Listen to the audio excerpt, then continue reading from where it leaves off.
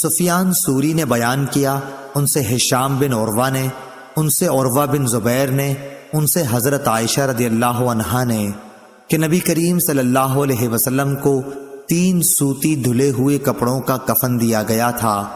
آپ صلی اللہ علیہ وسلم کی کفن میں نہ قمیض تھی اور نہ عمامہ۔ صحیح بخاری حدیث نمبر 1271۔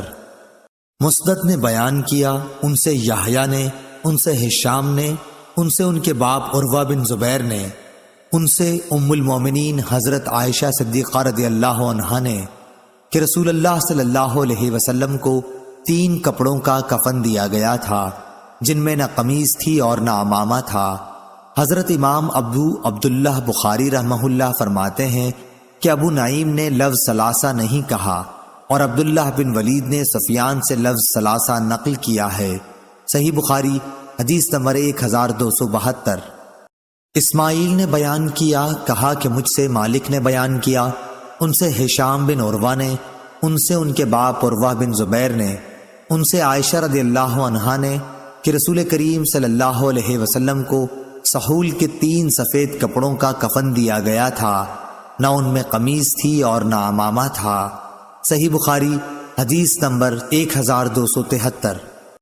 احمد بن محمد مکی نے کہا کہ ہم سے ابراہیم بن سعد نے، ان سے ان کے باپ سعد نے اور ان سے ان کے والد ابراہیم بن عبد الرحمن نے بیان کیا کہ عبد الرحمن بن عوف رضی اللہ عنہ کے سامنے ایک دن کھانا رکھا گیا تو انہوں نے فرمایا کہ معصب بن عمیر رضی اللہ عنہ غزوہ احد میں شہید ہوئے، وہ مجھ سے افضل تھے، لیکن ان کے کفن کے لیے ایک چادر کے سوا اور کوئی چیز مہیا نہ ہو سکی۔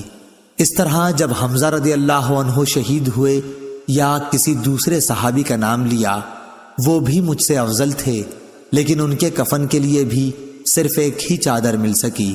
مجھے تو ڈر لگتا ہے کہ کہیں ایسا نہ ہو ہمارے چین اور آرام کے سامان ہم کو جلدی سے دنیا میں دے دیے گئے ہوں۔ پھر وہ رونے لگے۔ صحیح بخاری حدیث نمبر 1274۔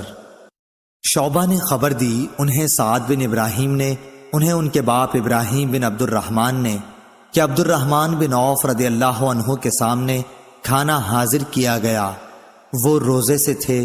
اس وقت انہوں نے فرمایا کہ ہائے معصب بن عمیر رضی اللہ عنہ شہید کیے گئے، وہ مجھ سے بہتر تھے، لیکن ان کے کفن کے لیے صرف ایک چادر میسر آ سکی۔ اگر اس سے ان کا سر ڈھانکا جاتا تو پاؤں کھل جاتے، اور پاؤں ڈھانکتے تو سر کھل جاتا۔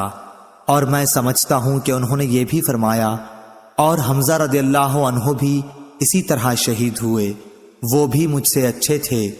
پھر ان کے بعد دنیا کی کشادگی ہمارے لیے خوب ہوئی، یا یہ فرمایا کہ دنیا ہمیں بہت دی گئی اور ہمیں تو اس کا ڈر لگتا ہے کہ کہیں ایسا نہ ہو کہ ہماری نیکیوں کا بدلہ اسی دنیا میں ہم کو مل گیا ہو۔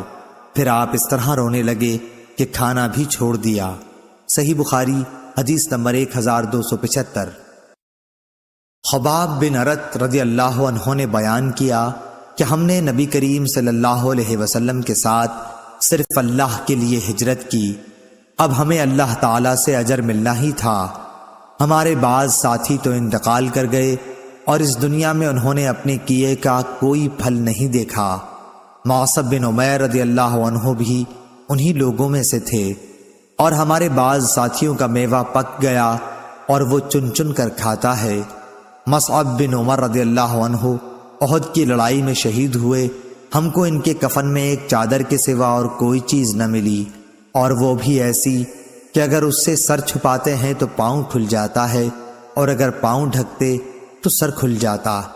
آخر یہ دیکھ کر نبی کریم صلی اللہ علیہ وسلم نے ارشاد فرمایا کہ سر کو چھپا دیں اور پاؤں پر سبز گھاس ازخر نامی ڈال دیں۔ صحیح بخاری حدیث نمبر 1276۔ عبدالعزیز بن ابی حازم نے بیان کیا، ان سے ان کے باپ نے اور ان سے سہل رضی اللہ عنہ نے کہ ایک عورت نبی کریم صلی اللہ علیہ وسلم کی خدمت میں ایک بنی ہوئی حاشیہ دار چادر آپ کے لیے تحفہ لائی۔ سہل بن سعد رضی اللہ عنہ نے حاضرین سے پوچھا کہ تم جانتے ہو چادر کیا؟ لوگوں نے کہا کہ جی ہاں، شملہ۔ سہل رضی اللہ عنہ نے کہا کہ ہاں، شملہ۔ تم نے ٹھیک بتایا۔ خیر، اس عورت نے کہا کہ میں نے اپنے ہاتھ سے اسے بنا ہے اور آپ صلی اللہ علیہ وسلم کو پہنانے کے لیے لائی ہوں۔ نبی کریم صلی اللہ علیہ وسلم نے وہ کپڑا قبول کیا۔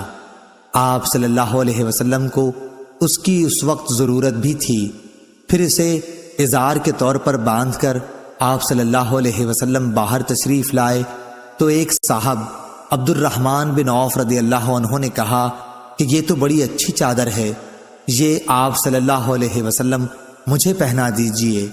لوگوں نے کہا کہ آپ نے مانگ کر کچھ اچھا نہیں کیا، رسول اللہ صلی اللہ علیہ وسلم نے اسے اپنی ضرورت کی وجہ سے پہنا تھا اور تم نے یہ مانگ لیا، حالانکہ تم کو معلوم ہے کہ حضور صلی اللہ علیہ وسلم کسی کا سوال رد نہیں کرتے۔ عبد الرحمن بن عوف رضی اللہ عنہ نے جواب دیا کہ خدا کی قسم، میں نے اپنے پہننے کے لیے آپ صلی اللہ علیہ وسلم سے یہ چادر نہیں مانگی تھی، بلکہ میں اسے اپنا کفن بناؤں گا۔ سہل رضی اللہ عنہ نے بیان کیا کہ وہی چادر ان کا کفن بنی۔ صحیح بخاری حدیث نمبر 1277۔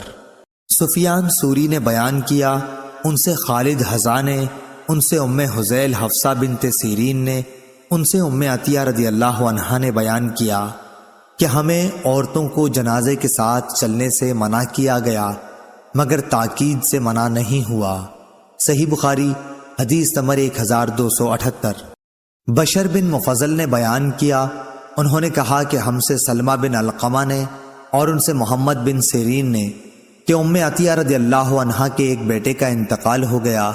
اس کے تیسرے دن انہوں نے صفرہ خلوق، ایک قسم کی زرد خوشبو منگوائی اور اسے اپنے بدن پر لگایا اور فرمایا کہ خاوند کے سوا کسی دوسرے پر 3 دن سے زیادہ سوگ کرنے سے ہمیں منع کیا گیا ہے۔ صحیح بخاری حدیث نمبر 1279۔ حمید بن نافع نے زینب بنت ابی سلمہ سے خبر دی کہ ابو سفیان رضی اللہ عنہ کی وفات کی خبر جب شام سے آئی تو ام حبیبہ رضی اللہ عنہا ابو سفیان رضی اللہ عنہ کی صاحبزادی اور ام المومنین نے تیسرے دن صفرہ خوشبو منگوا کر اپنے دونوں رخساروں اور بازوؤں پر ملا اور فرمایا کہ اگر میں نے نبی کریم صلی اللہ علیہ وسلم سے یہ نہ سنا ہوتا کہ کوئی عورت جو اللہ اور آخرت کے دن پر ایمان رکھتی ہو اس کے لیے جائز نہیں کہ وہ شوہر کے سوا کسی کا سوگ 3 دن سے زیادہ منائے اور شوہر کا سوگ 4 مہینے 10 دن کرے، تو مجھے اس وقت اس خوشبو کے استعمال کی ضرورت نہیں تھی۔ صحیح بخاری حدیث نمبر 1280۔